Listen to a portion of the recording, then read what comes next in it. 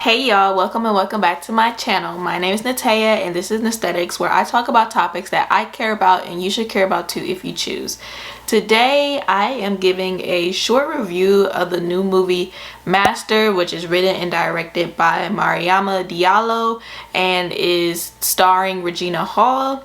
And I'm also going to be doing some mini story times about my experience at a PWI, specifically my undergraduate experience. This movie, it takes place at a prestigious college, and I feel like it covers a lot of the experiences of Black people at predominantly white institutions. And I'm not going to be giving any spoilers in this video, so if you do want to watch the movie Master, you can watch this video without receiving like too many spoilers, or not any spoilers at all. I'm going to be talking about, you know, some things that happen, but I won't be giving away like the plot of the movie. So this movie is on Amazon Prime exclusively, and it's also in theaters right now, select theaters. So if you, I know it's in some theaters like in my hometown, so I don't know if it's like in your hometown too, so it might be in theaters near you. So first I want to talk about like the overall synopsis of the movie. So if you read like the description online, it just says that three women strive to find their place at a prestigious New England university that may disguise something sinister. So for me, like if I were to summarize the movie, basically like it is about a Black girl, main character Jasmine, who is a freshman at a predominantly white college, a prestigious college, kind of like a Harvard or Yale, called Ancaster. And this is a thriller slash horror movie, and she begins to experience some very traumatic events as a Black freshman at this college. And she is not the only like Black student there, but she's like, it's not many of them, and they only show like one other Black student in this movie, so she's like a minority. So it shows her experiences going through this. And then the other two Black women, Regina Hall, her name is Gail, and she's a master. So a master is kind of like a resident assistant. If you've been to undergrad, then you know, like if you live in a dorm, there is usually a resident assistant. So if there's anything ever going on, like you ever have any problems individually, or you're having a problem with your roommate, or you're having problems in school, there's a resident assistant that lives on your floor. You can go knock on their door. Sometimes their door's open, and you can go talk to them. You can, you know, discuss what you're going through. Resident assistants, they build community on their floor so that like residents can come together, get to know each other. So a master is kind of like a resident assistant. So Regina Hall plays a master, and she's the first Black master of this institution. And then there's one last Black woman, and her name is Liv, and she is a professor who's trying to get tenure at this university. So it goes through like all three of their experiences at Ancaster, but mostly like Regina Hall and Jasmine, like their experiences are the most traumatic at this institution. In real life, Liv is biracial, like the person who plays Liv, but in this movie, I am not clear on whether she is, you know, supposed to be a light-skinned Black woman or biracial, or what she was trying to come off as. But if you watch the movie, then you'll understand like why we don't really know like Liv's identity. But basically Liv is like a light-skinned Black woman, so her experience is a little different. But Jasmine and Regina Hall is two brown-skinned Black women. Their experiences are a lot more traumatic compared to Liv. So while I was watching this movie, I definitely had like a lot of flashbacks to my experience at a PWI. I went to a PWI for 4 years in undergrad, and right now I go to grad school, and it is a PWI, but like my experience in grad school is like completely different than it has not been traumatic. It's my first year in grad school, and it has not been traumatic at all so far in regards to like race relations or anything like that. But my PWI for undergrad, like it was so many incidents during my 4 years there, so many microaggressions, so many discriminatory racist practices by the institution and by individuals on the campus. And Jasmine in this movie, she experienced so many microaggressions, not only from the white students or the white faculty, but also the black faculty, which I thought was so insane, because like it just shows that we already know this. Like we already know that anybody can be anti-black. It doesn't matter if you are black, like you can be anti-black towards others. So I thought it was so interesting how in this movie Jasmine faced microaggressions from all angles, and you could see how like all of that really impacted her mental health, and how it really impacted her overall. And you see that in the movie, how those experiences combined impacted her mental health. And also I feel like this movie, like the messages behind them is goes back to like post-traumatic slave syndrome, which is something I've talked about in previous videos, not any recently I don't think, but post-traumatic slave syndrome is basically like generational trauma that black people face from slavery. People who are descendants of slaves, black people who are descendants of slaves, because like if you think about it, with slavery, after slavery ended, and then there was like the Reconstruction era, there was the Jim Crow era, there was the Civil Rights era. Like during all of these eras, like after enslaved Africans were free, there was no therapy. Like there was no time to heal. Like black people just continued to go through oppression, and even till this day, like the institutionalized racism combined with the generational trauma that really impacts black people's mental health. And I feel like this movie touches on that, and that's the message that I got from this movie, because it was not only like it was not only the institutionalized racism from the college, but I believe this movie also touched on the generational trauma and the past like black spirits that were kind of haunting that college. So I would give this movie, I watched it twice, or I would say 1.5 times, because I watched it once all the way through. I was like, okay, this is a cool movie, and I watched it again like halfway through, and then I stopped. I would give this movie like a 6 out of 10, and the reason I give it a 6 out of 10 is because I feel like it is confusing in some bits, and it is okay for movies to be confusing. Like I feel like this movie falls into the realm of like a Jordan Peele movie, like a Get Out, like a Us, where in those movies you are like, you're not confused, but you don't know everything that is going on. And I like that, because that means that the movie is going to keep you on the edge of your seat. So with Jordan Peele's movie, like it gives us enough information for us to understand, but also not enough information where we can interpret our own meaning of the movie and the deeper meaning behind it. This movie, I felt like there was a lot of things that were left unexplained, and a lot of like confusing parts that needed to be explained. So it's not a bad movie, and I do recommend that, like, if you want to watch the movie, you should definitely watch the movie. And I definitely like supporting, and always will support, any black women who are writers and directors, because that is like rare, not rare, but it's like you don't see a lot of black women behind the camera as cinematographers, directors, costume designers, editors. So whenever a black woman is in one of those roles, I'm gonna watch the movie regardless. But I still want to give my critique and give my honest opinion about the movie.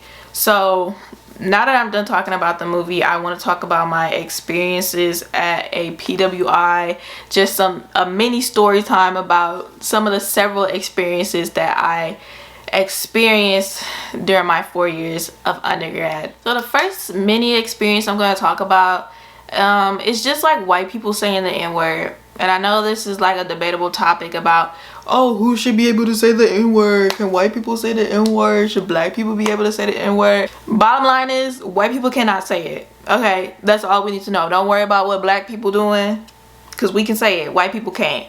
And I just hate it at like my school when you would go to parties. You know, they're like, oh, it's just in a song. That's what the song said. I don't care if it's in a song. Don't say the word. Like, that happens so many times at so many parties at my PWI. White people saying the N-word, singing along to it in a song. There was also instances where the N-word was engraved in like near one of the dorms. And you know, we got people coming on campus to visit who are like potential students and parents of the students seeing this, and that's embarrassing. Like, that's embarrassing. Are you not embarrassed? This is really embarrassing to see that. So the N-word was definitely like, that was something that was always occurring, and I feel like till this day, like, that is something that is always occurring because white people still don't, they just think that they can say the word if it's in a rap song, or if they grew up culturally around black people or in a black community, that they can say it. Like, no, you cannot say the word. Another thing is like parties. So at my school, there were like sports teams and fraternities and sororities who had houses, and usually like Fridays, Saturdays, somebody will give you like the word, like who's having a party this weekend. Sometimes volleyball house would have a party, sometimes the frat house would have a party, sometimes the sorority house would have a party. And you know, sometimes some people would go ahead early, and then we would text them and be like, okay, which party is popping? And they'd be like, okay, everybody here, everybody here. This is one particular time, me, my roommate, and somebody else, I can't remember, 3 black girls, we went to the volleyball house. We had never been to the volleyball house before, but one of our friends was like, oh, the volleyball house, they be having cool parties, like y'all should come through on the weekend. So we like, okay, let's go try the volleyball house. We get to the volleyball house, and like there's this guy, this white guy at the door, and he was basically like, who are y'all? And we're like, we're students. We go to, you know, so-and-so college, like just like you. And he was like, who invited y'all? Like, we were invited by our friend. He was black. Like, the friend that invited us was black, and he was the dude that like was at the door. He was not trying to let us in, and I can't remember specifically what he said, but I think he told us that like we couldn't come in. And I'm like, why can't we come in? And then he started speaking slowly to me. He was like, do I need to speak slow for you? You can. I said, don't do that. I said, don't do that. Don't speak to me like I'm, no, don't do that. And then our black friend had came out, and they was like, what's the problem? Like, why aren't you letting them in? And they were like, and the white dude was like, oh, these are your friends? And it was like, yeah. And then we got into the party, but that like threw me off. Like, I didn't even want to go into the house no more. And from that point on, I don't think we ever went back to volleyball house, because first of all, I just did not like how he was speaking to us, and how he was trying to talk to us slow as if we didn't understand, asking us who we are, like we couldn't get into the party. Like, it wasn't no full capacity or nothing, and it's not like this was a bar or a club and it's like it had capacity. Like, no, this was a house. Like, no. Another incident is when I was a freshman at this college. I started off in the athletic training program. Originally, I wanted to be an athletic trainer because I was into sports very heavily at the time. I ran track and cross country when I was in high school, and sports was just something that was it was a passion of mine at the time, honestly. Not really a passion of mine anymore, but I really like enjoyed running. So I knew that I wanted to do a career, or I thought at the time I wanted to go into a career where I could, you know, incorporate sports, because that was my passion.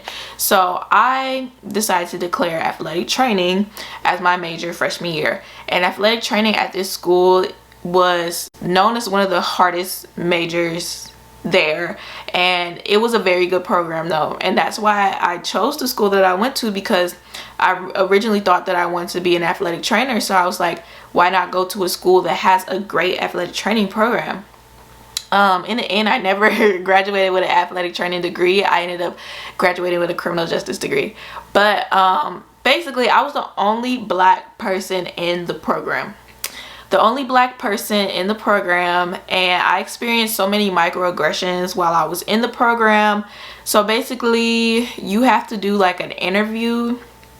You have to do an interview process to get into the program. Even when you declare like athletic training as your major your freshman year, I believe you're technically like only tentatively in the program. You're not in the program yet. Like, you have to take a couple of classes first, and you have to have an interview discussing why you want to be in the athletic training program, this and that. So I remember having my interview with basically like the head of the program and the professors who were in the program, and I believe the graduate assistants who were athletic training graduate assistants. I believe they all were there, because it was like multiple people at this table, and they asked me like what my goals were. And for me, I always dream big. That has always been me. Like, I always dream big, and at that time I wanted to be a sports medicine physician. Like, I'm like, if I'm gonna go into athletic training, I want to get this athletic training degree, and then after that go into medical school and become a sports medicine physician, because I don't want to just be no regular athletic trainer. I want to go to the top. And they was basically like, do you really think you can do that? Like, what? Like, I really feel like if I was a white person, y'all would not be asking me that. Y'all would not be asking me, do you really think that you can do that? You really think that you can become a sports medicine physician? And they were saying like how difficult it is, and like, yeah, they were just saying like how difficult it is to become a sports medicine physician, and did I think that I was really equipped to go through that journey? And like, that made me so upset.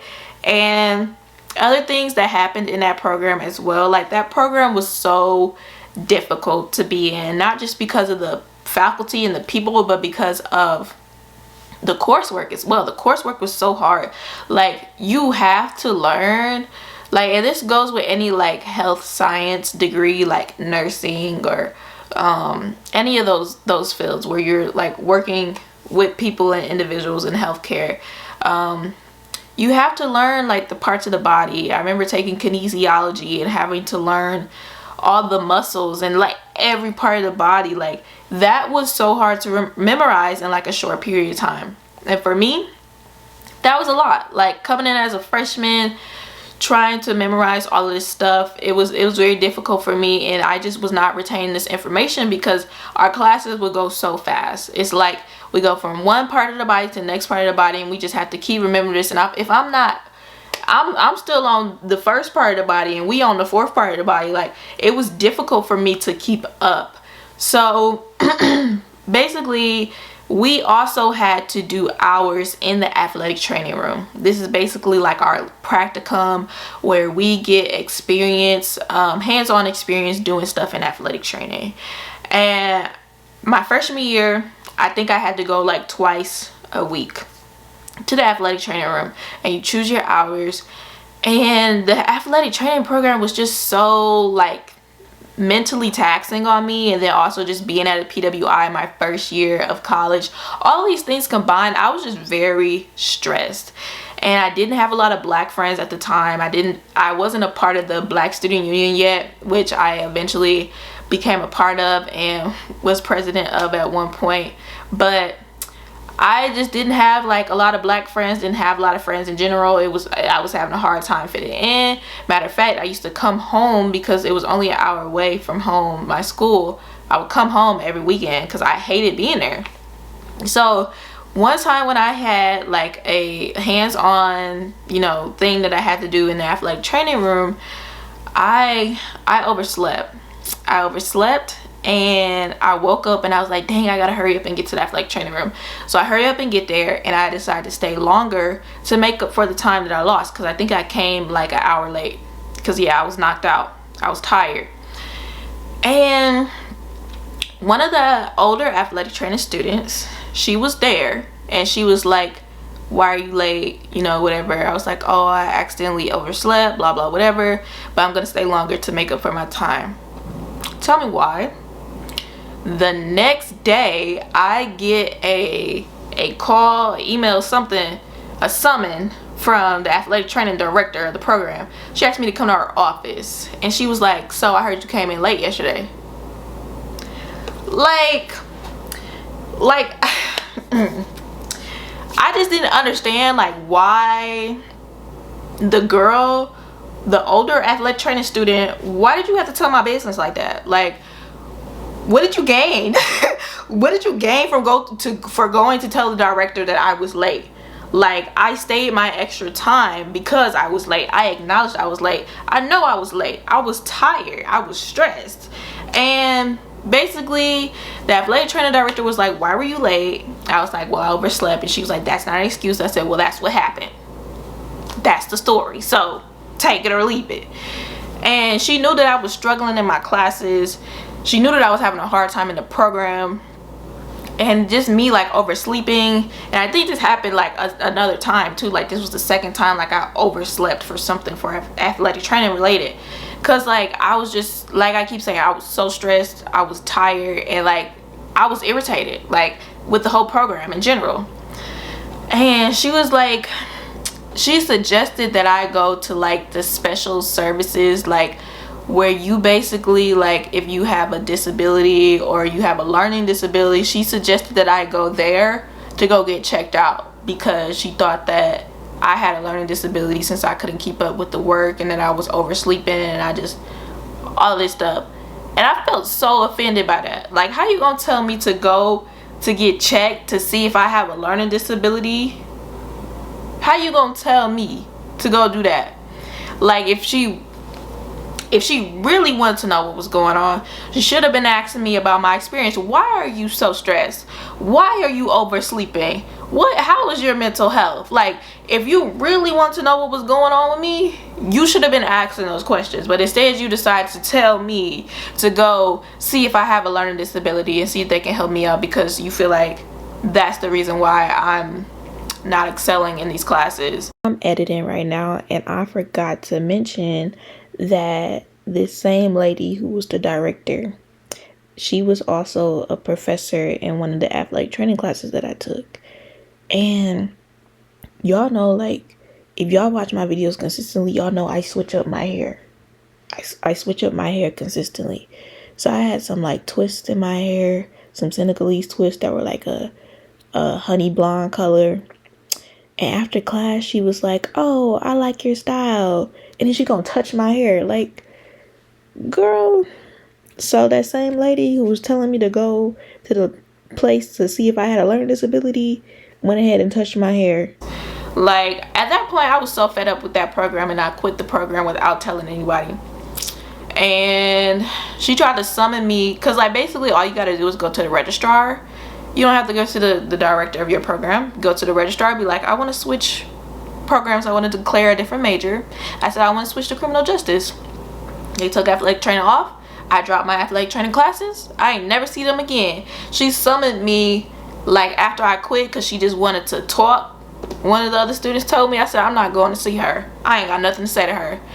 So that whole experience with the athletic training program was a whole microaggression, a big old microaggression. And I'm so happy that I did not stay in that program and that I graduated with a degree in criminal justice, because that department treated me so much better, and I had so much more of a good time, like learning criminal justice and learning about the criminal justice system.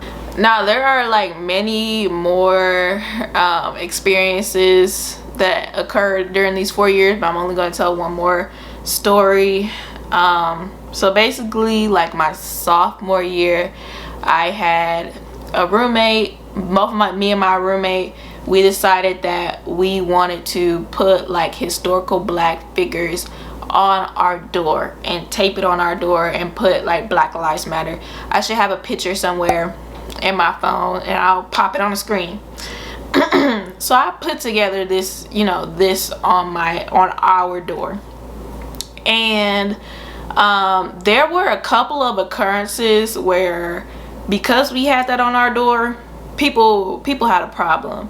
So for one thing I had on the door was Emmett Till, and I didn't have the picture of Emmett Till before he passed away. I had that image of Emmett Till that his mother wanted everybody to see, because she wanted everyone to see what those people did to her son. Yeah, I put that image on our door because white people need to see that, and white people need to know that, especially at a PWI. So I had that picture on my door. I remember looking through my peephole sometimes, because I would hear people like at my door. So I would go to our peephole, I would look, and I remember it was a group of white people like poking at our Emmett Till picture, like saying ew, like saying they were disgusted, and they were just standing there like looking at it, touching it, all this other stuff. And it was one point where it was like late at night, me and my roommate were talking, we were up talking, it was like a weekend, it might have been like 11 or midnight. And when we're inside the room, if we're not like changing or anything, like we keep the door unlocked. Like we keep it closed, but we keep it unlocked. But if we leave the room, then we of course lock the door. So we were just up talking, not loud at all, not yelling, not doing nothing, just talking casually, having a conversation one-on-one.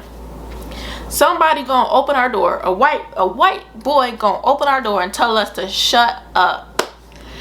He told us to shut up and told us to stop talking. Like, who opens anybody's door? Like who opens anybody's door? That's our place of residence. That's like opening somebody's apartment and going in there. That's like opening somebody's house door. He didn't show his face. He just opened the door where we couldn't see his face, and he was like, can y'all shut up? Can y'all be quiet?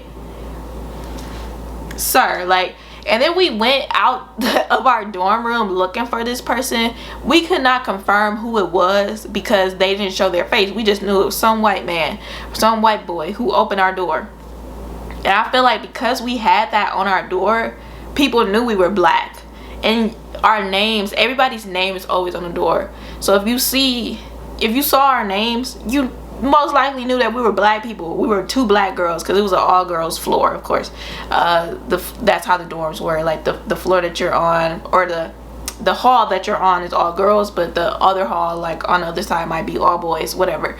So they knew that we were two black girls, and they just wanted to come up in there and tell us to be quiet, and I didn't appreciate that. Not at all. And the last thing that happened with our room is that one time we came back and there was like stains on our door. There was like it looked like somebody had threw something at our door, and it was like stains like dripping down, like somebody threw a drink at it or something. And I had told our like new diversity, equity, and inclusion he wasn't the director yet, I think he was the assistant director, whatever. He worked in diversity, equity, and inclusion, and I told him about it, and he was like, I wonder if that's like that's related to like a hate, like a hate crime type thing.